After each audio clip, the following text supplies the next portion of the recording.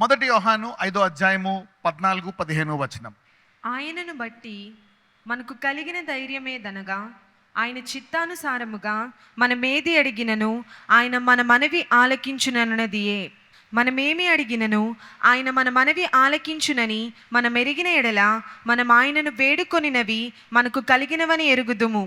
ఇంగ్లీష్లో చూస్తే ఏమనుంటుందంటే, and this is the confidence that we have in him.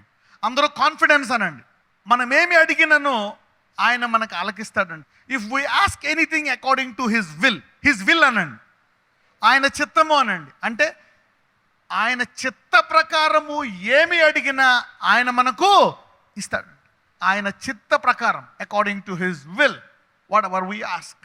అంటే ఇక్కడ మనము మత్తయిలో చూసుకుంటే అడుగు ప్రతివానికి ఇచ్చిననుంది. అందుకని మనం మత్తయి ఒకటే తీసుకోకూడదు, అన్నీ కలపాలి బైబిల్లో. యోహాన్లో 15లో ఏమని ఉంటుందంటే, నా యందు మీరును మీరు నా యందును నిలిచి ఉండిన ఎడల మీకు ఏది ఇష్టమో అడుగుడి అది మీకు. అంటే బైబిల్ ఆది కాండము నుంచి ప్రకటన వరకు ఉండేటువంటి వాక్యం అంతా చదివినప్పుడు ఈ వాక్యానికి ఆ సందర్భం ఈ సందర్భం అన్నీ కలిపినప్పుడు వాక్యం బోధించడం సులువు అవుతుంది. బైబిల్లో ఒక మాట తీసుకొని బోధించడం వల్ల ఒక్కొక్కసారి కరెక్ట్ అవ్వచ్చు, ఒక్కొక్కసారి అది సందర్భం లేని వాక్యం కూడా అవ్వచ్చు.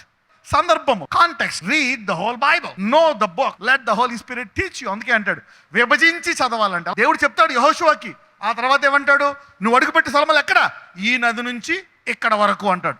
మోషే జాషువా, ఇదిగో ఆ దేశాన్ని పట్టుకోక మోయాబు నేను వాళ్ళకి ఇచ్చా, ఇదిగో ఈ దేశాన్ని పట్టుకోక ఇది వాళ్ళకి ఇచ్చాను నేను వాగ్దాన పూర్వకం, ఇది పట్టుకోక, ఇక్కడ నువ్వు మంచినీళ్ళు తప్ప ఏం పట్టుకోక, ఇది నడిచి వెళ్ళిపో, ఒకవేళ ఏమన్నా నువ్వు తీసుకుంటే డబ్బులు ఇచ్చుకొని కొనుక్కొని తీసుకో అంటాడు దేవుడు. ఇక్కడ కాన్ఫిడెన్స్, మనం ఏమి అడిగినను ఆయన మన మరి ఆలకించునని మనం ఎరిగిన ఎడల మనం ఆయనను వేడుకొనిన మనకు కలిగినవి అని మనము ఎరుగుతున్నాం. అయితే ఈ కాన్ఫిడెన్స్ ని సైతానుడు అటాక్ చేస్తాడు.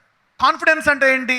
ధైర్యం, విశ్వాసం, నమ్మకం. ఏదో అడిగినా ఇది అందరికీ తెలుసు, దేవుడు మంచోడు. అయితే మనం ఎప్పుడైతే దేవుడు మనం ప్రార్థించింది ఇస్తాడు అనుకుంటామో మన పాపాలు గుర్తొస్తాయి. నీవు అర్హుడవా, నీవు ఈ పాపం చేసావు కదా, నీ ఫ్రెష్ పాపాలు గుర్తొస్తాయి, ఇంతకు ముందు చేసి నీ గుర్తొస్తాయి. ఇవన్నీ గుర్తురావడంతో నీ కాన్ఫిడెన్స్ లెవెల్ తగ్గిపోతుంది. ఇంకొకటి, దేవుడు నా ప్రార్థన ఆలకిస్తాడా? ఆలకించాడు. ఆయన ఎక్కడో ఆకాశంలో ఉంటాడు. నేనంత ఆత్మీయంగా లేను, నేను కొన్ని చేయలేదు, కొన్ని చెయ్యాలా, ఇవన్నీ అడ్డొచ్చినప్పుడు మనం డిసప్పాయింట్ అయిపోతాం. దేవుడు మనకి ఇస్తాడా, ఇవ్వడా? అందుకనే దేవుని వాక్యం చదవాలా.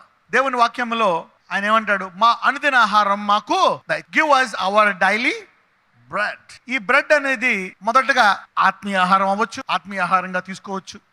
రెండవది నీ శరీర సంబంధించినటువంటి ఆహారంగా తీసుకోవచ్చు. మూడవది, ఒక తూరు సిదోని స్త్రీ యేసు ప్రభువు దగ్గరికి వచ్చి, నా కుమార్తె దయ్యముతో బాధపడుతుంది, స్వస్థపరచు అంటే ఆయన ఏమంటాడు, అమ్మ పిల్లల రొట్టె పిల్లలకి. అంటే యేసు ప్రభువారు ఆ కాలంలో ఆయనకి ఆయన శిష్యులకి ఉండేటువంటి పరిచర్య యెరూషలేముకు మాత్రమే. ఆయన చనిపోయి లేచిన తర్వాత అప్పుడు ఆయన అంటాడు శిష్యులకి, ఇదిగో ఇప్పుడు మీరు సర్వలోకమునకు వెళ్ళి సర్వ సృష్టికి సువార్త ప్రకటించండి. అంటే కాలము, సమయము, పరిమితులు.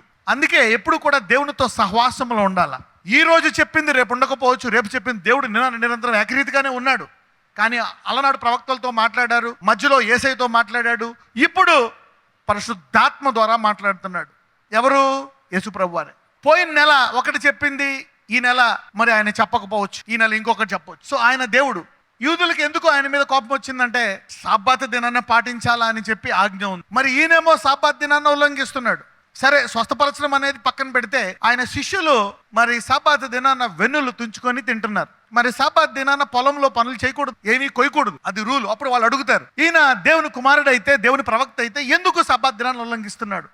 అప్పుడు ఆయన ఒక మాట చెప్పడానికి వచ్చాడు. ఏమని? సబ్బాతు దినం అనే రూల్ పెట్టింది నేను, దాని దేవుడను నేను దాన్ని అనుసరించగలను, దాన్ని కావలిస్తే ఉల్లంఘించగలను. So it's up to you. అందుకే అంటాడు, he is even the lord of the Sabbath. అందుకనే ఒక్కొక్కసారి తేడా వచ్చినప్పుడు మనము క్రిటిసైజ్ చేయకూడదు. Why is this message for? ఎందుకు వాళ్ళు ఆయన ఎందుకు చంపేశారు? వాళ్ళు ఆయన చంపడానికి గల కారణం ఏంటంటే అది కూడా చెప్తాను. యూదులు 7వ రోజు సబ్బాత్ దినం గనక ప్రతి 7వ రోజు వారు సబ్బాత్ దినాన్ని ఆచరించాలి. అయితే కొంతకాలం వారు పడిపోయి ఈ దేవుణ్ణి మర్చిపోయి పూర్తిగా సబ్బాత్ దినాన్ని ఆచరించడం మానేశారు. అప్పుడు దేవుడు, మీరు 7వ రోజు ఆచరించలేదు కాబట్టి నేను మీ స్థలానికి 7వ రోజు మీరు విశ్రాంతినివ్వాలి. మీ స్థలానికి, మీ ఊరికి, మీ పొలాలకి మీ గొర్రెలకి, గాడిదలకి, మీరు ఇంట్లో ఉండే పనివారికి మీరు 7వ దినాన్న విశ్రాంతి. ఎలాగిస్తారు విశ్రాంతి అంటే ఆ ముందు రోజే వండేసుకోవాలా. ఆ ముందు రోజు వండుకుంటే సద్దన్నం అయిపోతుంది అంటే లేదు. కొన్ని రొట్లు వారం రోజులు ఉంటాయి, కొన్ని రాత్రి వండుకుంటే పొద్దున్న తింటేనే బాగుంటాయి. అంతేగాని ఆ రోజు పని చేసుకోకూడదు.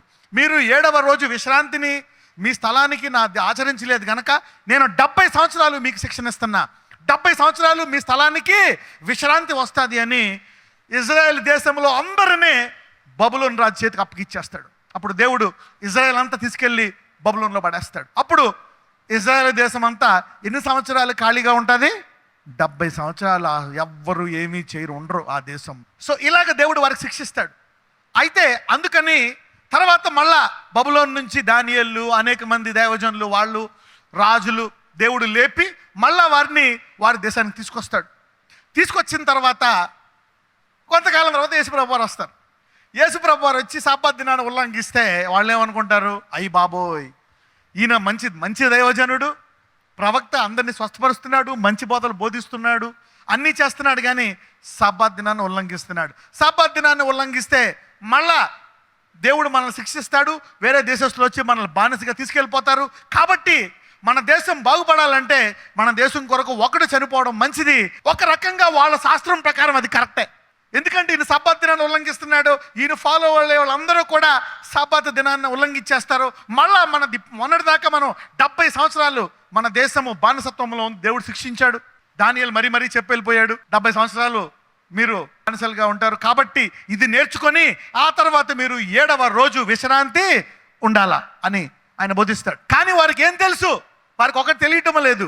ఎందుకు ఉల్లంఘిస్తున్నాడు? నేను సబ్బాత్కే రాజును కాదు, సబ్బాతులు పెట్టినవాడు కాదు, భూమి కూడా నాదే. ఈ భూమిని తయారు చేసింది ఎవరు? తండ్రియా, యెహోవా, యేసు ప్రభువా? తండ్రి కరెక్టే, పరిశుద్ధాత్మ కరెక్టే, యేసయ్య కరెక్టే. ఎందుకు? తండ్రి చేయమని యేసయ్యకి చెప్పాడు, యేసయ్య పలికాడు. ఎవరు చేశారు? పరిశుద్ధాత్ముడు. కానీ సమస్తం చేసింది ఎవరి ద్వారా, ఎవరి కొరకు? యేసయ్య కొరకు. అంటే యేసయ్యను సృష్టికర్త అని అనొచ్చా?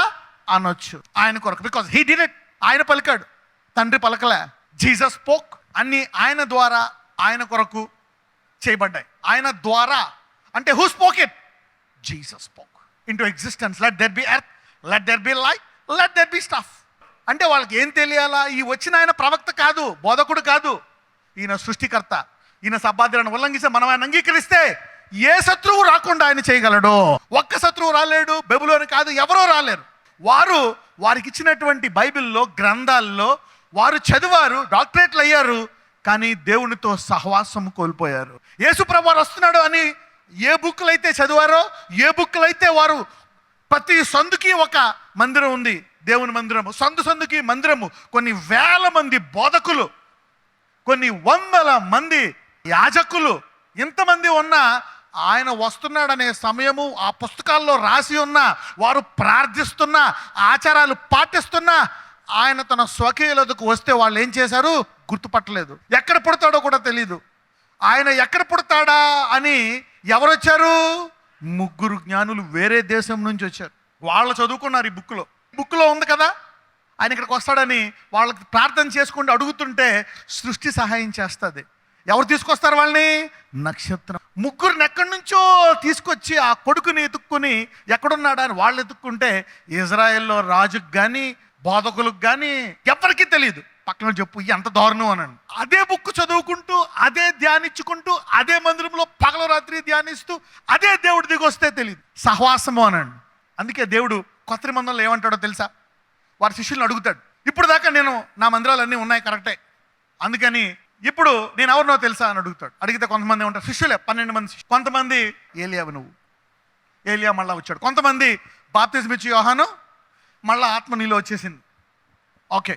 కొంతమంది ఏలియా, కొంతమంది ఎలీషా, కొంతమంది మోషే, కొంతమంది ఏమో ప్రవక్త, కొంతమంది మంచి రబ్బీ. అయితే పేతురు ఏమంటాడు? నీవు సజీవుడివైన దేవుని కుమారుడివైన క్రీస్తువి. ఒక 10 సంవత్సరాలు నువ్వు ఒక వడ్రంగోని ఇంట్లో ఉంటే నీకు వడ్రంగి పని వస్తుంది. ఒక 4 సంవత్సరాలు నువ్వు మెడిసిన్ చదివితే డాక్టర్ అవ్వచ్చు. ఇంకో 2 సంవత్సరాలు అడిగితే పోస్ట్ గ్రాడ్యుయేట్ అవ్వచ్చు. సో నీవు దాన్ని చదవకుండా కూర్చుంటే మొద్దు, నీ యొక్క సామర్థ్యాన్ని నువ్వు ఉపయోగించుకోలేదు. మరి పేతురు అయితే దేవునితో సహవాసము చేసి దేవుడి నుంచి విన్నాడంట, ఇదిగో ఈయన నా కుమారుడైన క్రీస్తు అని. అప్పుడు యేసుప్రభు వారు అంటారు, ఇప్పుడు దాకా నేను కట్టాను ఈ మందిరాలన్నీ నాయే, వీళ్ళందరూ ఆరాధకులు, ఈ దేశము ఇజ్రాయెల్ నాదే, కానీ ఇప్పుడు నేను నా సంఘాన్ని ఈ సహవాసం మీద కడతాను, పేతురు నువ్వు బండ అంటాడు. అంటే నీకు దేవునితో సహవాసం ఉందా? దేవుడి నుంచి చెప్పే మాటలు ఏ పూటకు ఆ పూట, ఏ రోజుకి ఆ రోజు నువ్వు వినగలుగుతున్నావా? ఆ సామర్థ్యం మీద నేను మందిరాన్ని కడతాను అంటున్నాడు. అందుకే అంటాడు, I will give you your daily అనుదిన ఆహారం అనండి. అంటే ప్రతిరోజు దేవుడు నీకు ఆత్మీయ ఆహారం, శరీరాహారం, స్వస్థత కూడా సిద్ధంగా ఉన్నాడు. So God is building on this. కాబట్టి నీ కాన్ఫిడెన్స్ని ఎప్పుడు పోగొట్టుకోక, whatever you ask according to his will he will give it. So keep up your confidence. అందరూ చెప్పండి, నేను నా విశ్వాసాన్ని నా ప్రార్థనా జీవితంలో నేను బలహీనపడక గట్టిగా పట్టుకొని ప్రార్థించి ముందుకెళ్ళిపోతాను. This is the confidence that God will give you.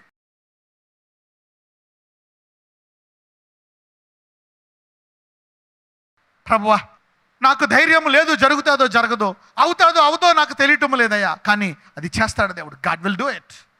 God will do it. నేను ఈరోజు ప్రార్థిస్తున్నాను, I will go with confidence from the house of God. ఈరోజు ఎక్కడి నుంచి నేను అనుమానంతో వెళ్ళను, కాన్ఫిడెన్స్తో వెళ్తాను. నన్ను అందరూ తిరస్కరిస్తున్నారు, నా సరైన క్వాలిఫికేషన్ లేదు. Why? If you pray I will give. That the confidence. ఈ రీతిగా దేవుడు సంఘాన్ని హెచ్చిద్దాం అనుకుంటున్నాడు. అస్తమానము మన ఉద్యోగాలకి, మన డబ్బులకి, అనారోగ్యాలకి, అప్పులకి, బాధకి, from survival mode to take over mode. నాజరేయుడైన యేసుని ప్రార్థిస్తున్నాము తండ్రి, ఆమేన్.